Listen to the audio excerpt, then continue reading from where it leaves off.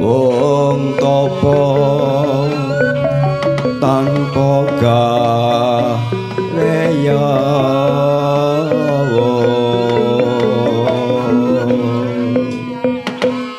war tansah gunotan bisa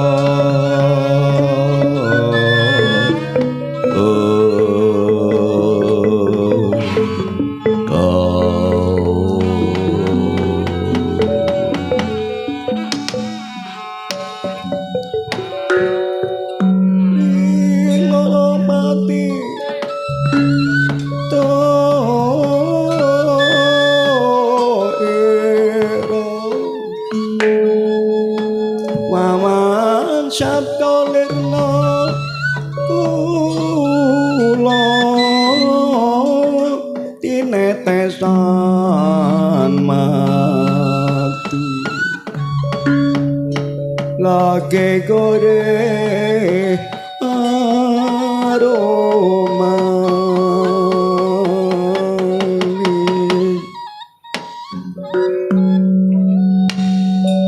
anda tekno bunga rasa pangalingsun kanthi raharjo sanboro adi brojo musti kang ngulungaken jangga hangung kurak nrikmo sun pepiji praptaniro ayo kanthi radyo nune nggih perembage ingkang sampun rumentah kula jadong asta kula kekalih kapecak wonten ing ngiling mustaka ulingga danu murdaya kula mijil saking retna kenapa umala remo seyuta lugu ting kulang kaling sumerambah jasating Ponorogo getih ana handaki ngono mawa ana dados jimat kayuwangen dawuh dalem ingkang sinuwun derketer ambengan manah selombot tinaru wonten madyaning alun-alun sumilir kumiter sejamirone nanging wonten ngarsanipun Kakang Brojo Dento manah aser pindha siniram toya saking swarga pengerantunan milotan wonten ingkang dalem aturaken beran rai panjenengan dalem pun Brojo Musti ngaturaken sembah pangabekti mugi kunjuk atur handhapada nuwun yen tak tampa kanthi kananing penggane mengkene ya yayi akeh para nayakaning praja kang kesinungan keutaman nanging rumangsaning sun iki ora ana kang bisa ngejong gumala ruwet madhangaken panggalih kang kami wijon peteng mung kejaba jeneng para yayi marmo jeneng para sawang kena tak ajak ngrumpaka bab tata rakiting praja kaya Pak Paran pawartane anggon para neniti werga sentana ning jeroning kadipaten kene matur Kang Treja ilodoro menawi mundhut keterangan bab kawontenipun werga santana ingkang wonten lebeting kadipaten toh namung sak kadipaten kemawon umpami wonten bebanding lan lintu praja mekaten boten badhe kedadosan kuntip kadipaten ngriki kan lintu ngabenora ing kawula langkung-langkung tumrap kraharjananing kadipaten mandar lintu praja nyebataken bilih kadipaten ngriki glagah tinulu ngriki winastanan gemah ripah loh jinawi kerto ugi raharjo bila umpami wonten banding mekaten boten badhe kedadosan kuntip peran kadipaten ngriki kan lintu toh ingkang semanten punapa lajeng boten bingahaken raos penggalih mestinipun rak kasinggihan nanging dumawe kosok wangsul jenengan dalem kapinujon eneng pindha dening sewa wening pindha durta Digang perwatangan tan kersa ngandika menggah ingkang dados darunaning penggalih punapa beran cahya panglong ing palawan nun sandika dawuh dalem kawula oyun karasa slirang newan mendah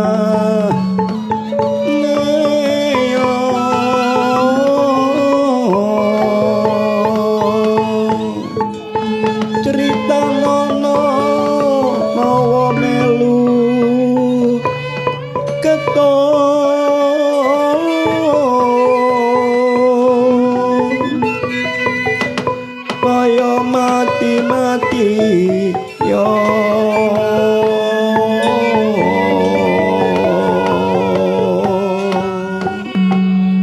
renoso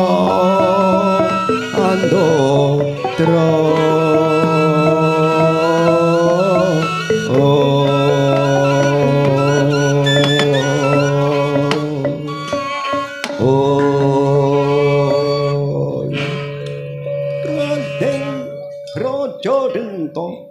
sareng kaseng patur kelawan ingkang rayi Braja Musti jumlaning panggalih pindha apus apulambang araning apus papan pulambang tulis kaya sungging perbengkara kang kapinija nulis wonten kalane kabar glancange nggoling mangsine sigra ing riku mendel dalem sawatara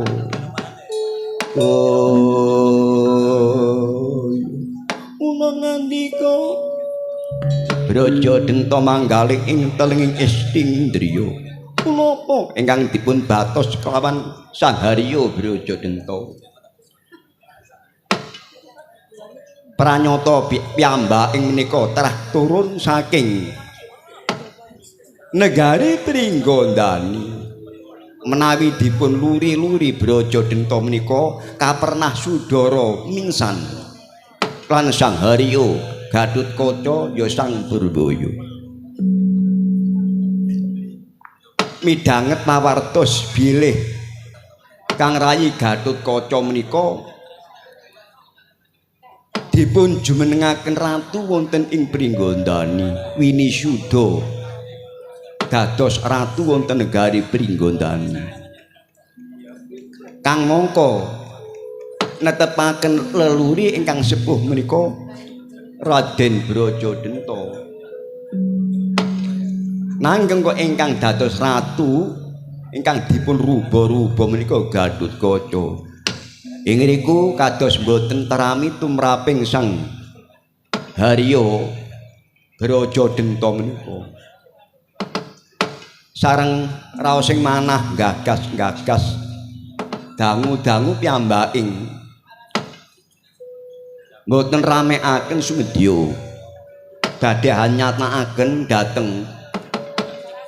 Praja Pringgondani menika menawi tetep kajumenengaken ratu tumraping Sang Gatotkaca wonten negari Pringgondani menika ndadosaken giliking tekating Braja Denta para tamtu kaprajaya lega panggalih menawi Gatotkaca dadosa sawang kunarpa yen karasa saya krasa yen ginega tansaya ngrana nanging nggih boten dawuh temahan dawuh ana teka arum lawan mangih ana netra sangat jenggara ujaknya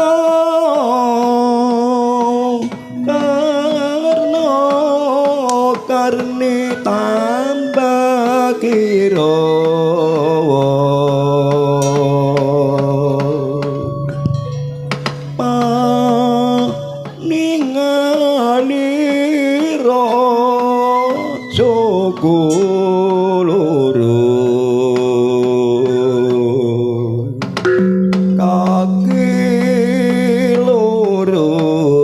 sembah hasta suku netra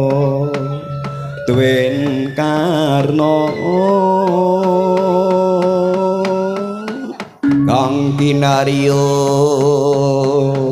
golonganing mondo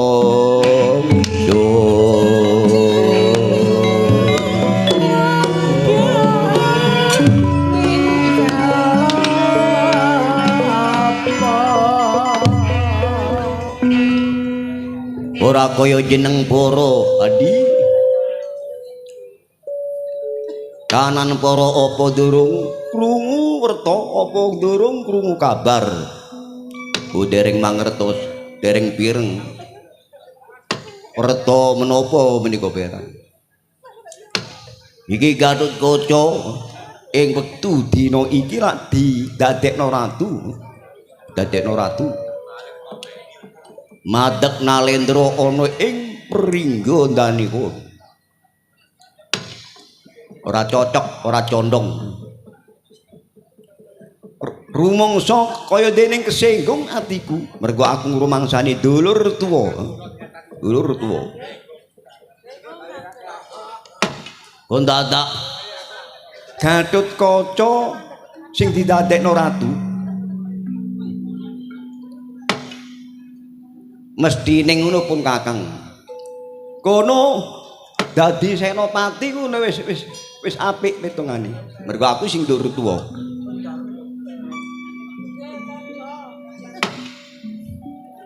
lah dene Gatotkaca yen kepeksa iki kok madeg Nalendra aku mesti teko kono ora perlu aku nyekseni Pernigondani tetep tak gawe sungsang bono balik monggo pinemu para aku dulur tuwa Gatotkaca dulur nom monggo pinemu para kaya apa endi sing bener narang tanira maris manggeng rata gajah sewu pangiri tegen mas mulela suku kanan no pengen gandeng neki kurang ajar dijak apik gak kenek nek temen kaya mangkun genah diajak satru buyutan iki menawi ngaten panjenengan sampun cetha sampun terang loh lawang aku ndolek werta aku ndolek kabar jare nek diluri-luri rasakno Kanjeng Rama iku dulur sing tuwa putrane Engyang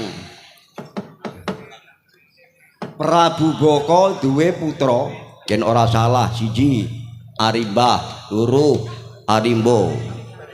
telu Bibi Arimbi papat Pertokesa lima Paman Kala Bendana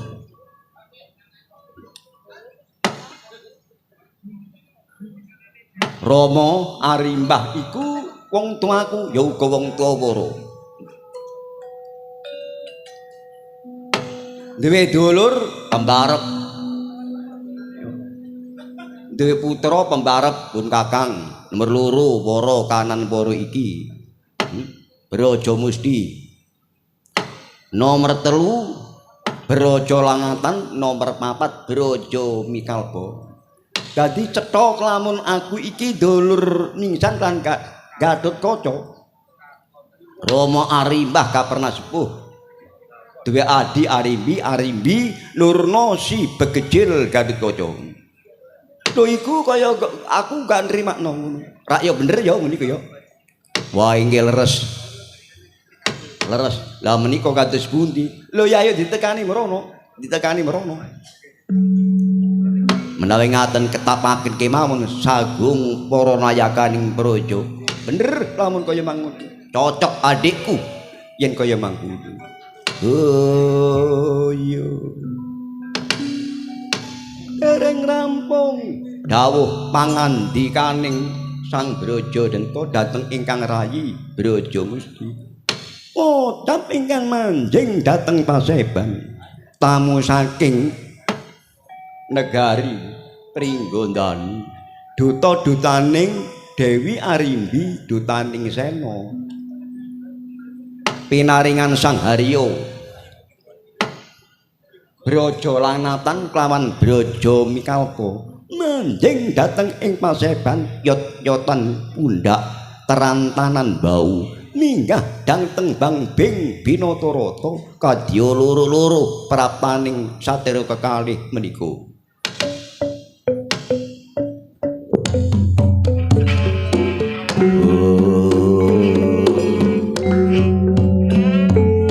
Mari ono dayo,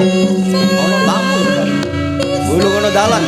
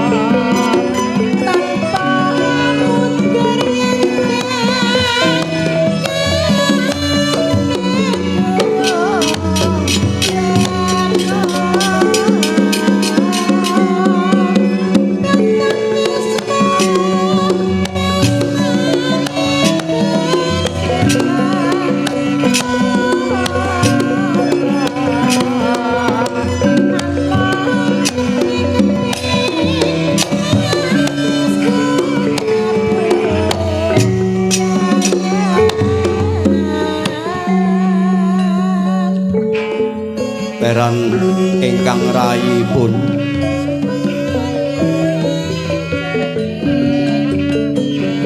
Braja Langatan peran ingkang sowan Braja Langatan nuning nggih ya penakno anggone sowan enakno yai anggon para lenggang aja nganggo rekuh pergi kesta kendhawu peran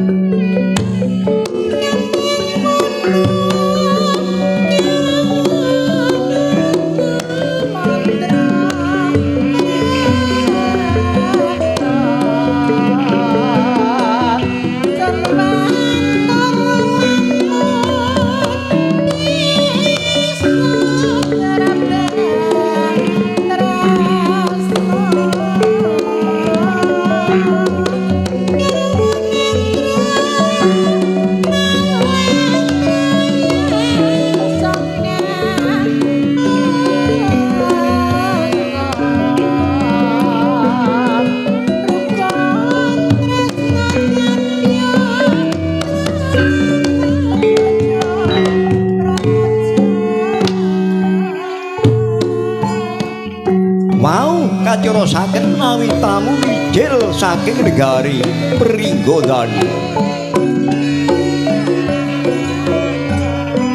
Duta-dutaning Dewi Rimbi, dutaning Sang Haryo Bratasena. Pinaringan asma Braja Langatan. Mundi dawuh kinersakaken sowan wonten ngarsaning Prabu Brajadenta Glagah tinulu menika binawah Pringgondani. Brajadenta menawi wonten glagah tinulu menika Nalendra nanging kepetang negari alit menawi wonten Pringgondani piyambaking gadhahi derajat pangkat adipati.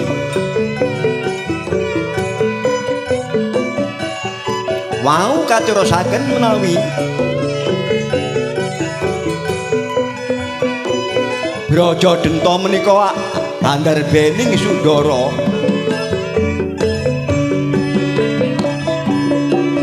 kangkal pengawis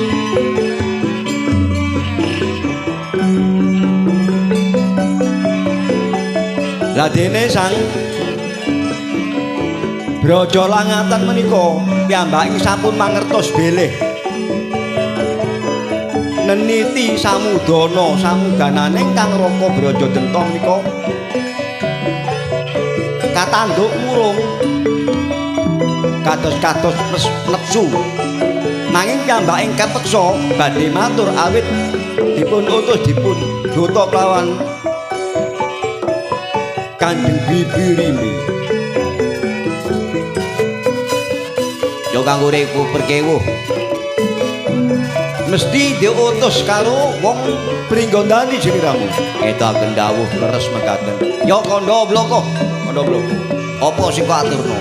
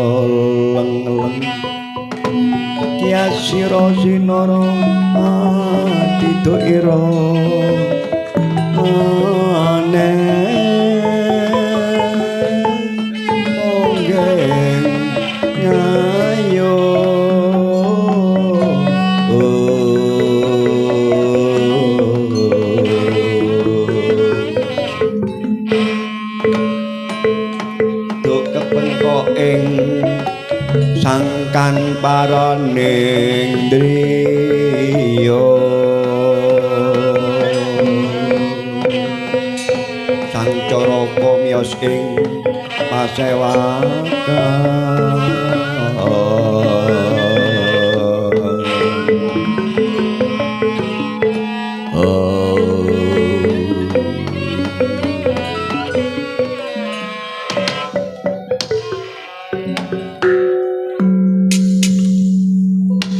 mengko dhisik lamun ora sesip apa kang dadi panjangkaku kaya adining pun kakang dhewe iki apa bener Braja Langatan bagya sak tekamu Braja Langatan nuning nggih Baron ingkang raipun Braja Langatan ngaturaken sungkem pangabekti mugi kunjuk atur handapodho Baron yen tak tampa kanthi kananing panggalih puja pangestuku uga tampanono Braja Langatan sewu kapundi Baron sliramu prapta ana ing glagah tinulu Adi apa ana kawigaten wah inggih Persasate kula menika ketiban kayu galih ngembun dawuh dawuhipun Kanjeng Bibi Arimbi kalian Kanjeng Paman Bratasena menika dipun utus dipun duta bilih Hadi Gatotkaca menika dipun wisuda madeg Nalendra jumeneng ratu wonten negari Pringgondani ngrumaosi menawi panjenengan menika Sudara ingkang sepuh Sudara mingsan ingkang sepuh mila kinersakaken dinten nika kersa boten kersa panjenengan menika prapta wonten negari Pringgondani kalian panjenenganipun Kakang Braja Musti menika perlu nyekseni Yayi Gatotkaca winisuda madeg Nalendra dados ratu wonten negari Pringgondani menika. Dados sakmenika monggo lajeng runtung-runtung menawi panjenengan nitih kreta inggih monggo. Lawan panjenengane Kakang Braja Musti la dalem inggih menika melampah mlebet wana gampil kula prapta wonten Pringgondani nanging panjenengan kedah menika dinten prapta wonten Pringgondani menika monggo Beran monggo Kakang nerang kapya nerang daya kapi daya kok iki nukurang dosamu kok ngarakku kobolo ngeling ana patining misra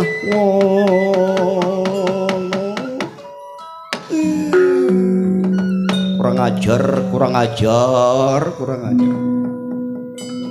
wah keparat temenan dulur enom dapure kaya sliramu iku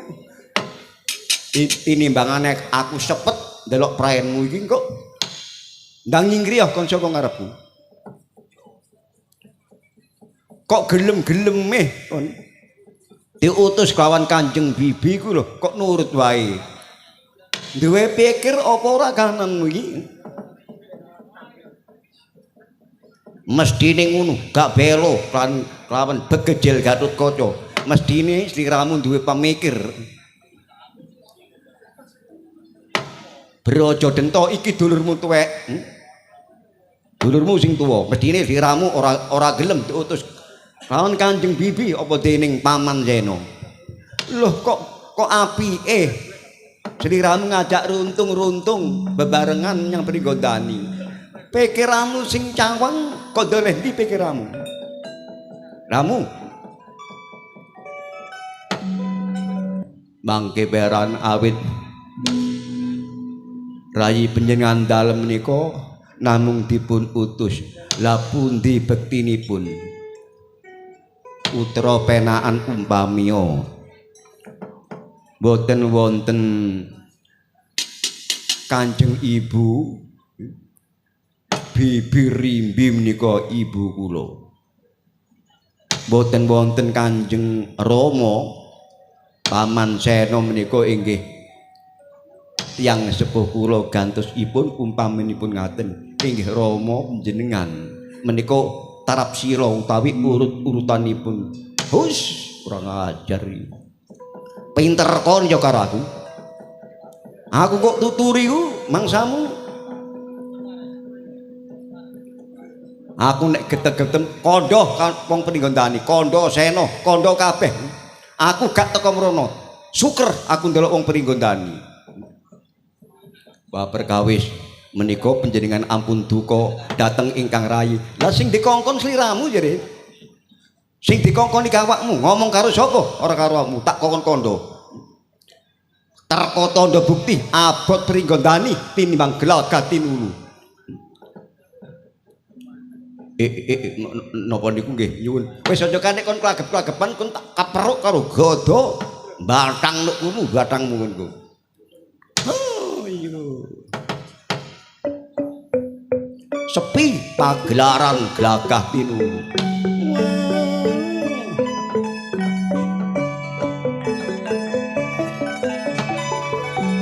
yang ingkang sebo mboten wonten ingkang pawantun ngandika tembung-tembung sidhem permanem wonten ing pagelaran Kadipaten Glagah Tinulu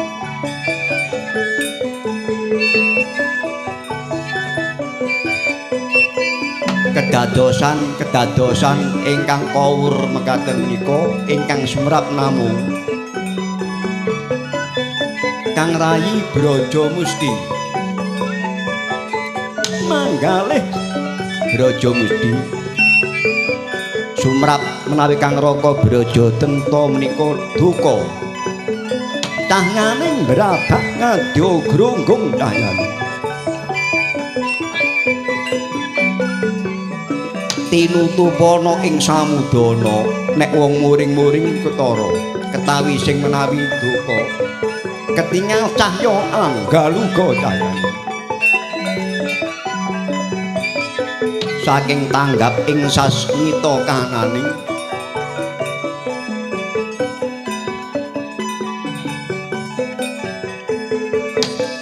dipun terka menawi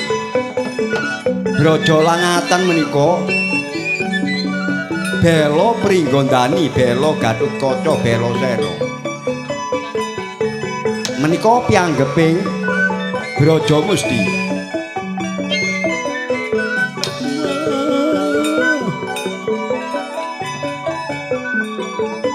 sareng manggali ingkang agung sampun dipun timbang ala becike kelawan Brajamusti saknalika sigra jengkar wonten ing pelenggahan Sang Brajamusti menika katimbang aku nrimo padukan saka Kakang Brajadenta Brajolangatan iki tak tatane ana njaba tak serete metu wae sareng nyincing celananing nyembong nada-dadi kaulur kundananing boten katalar panjang kanan jambak kemawon saking wingking rikmaning Sang Brajolangatan dawah rumah landang medal dateng madyaning pelagan linara kenajar pindho ngajar swijining raja kaya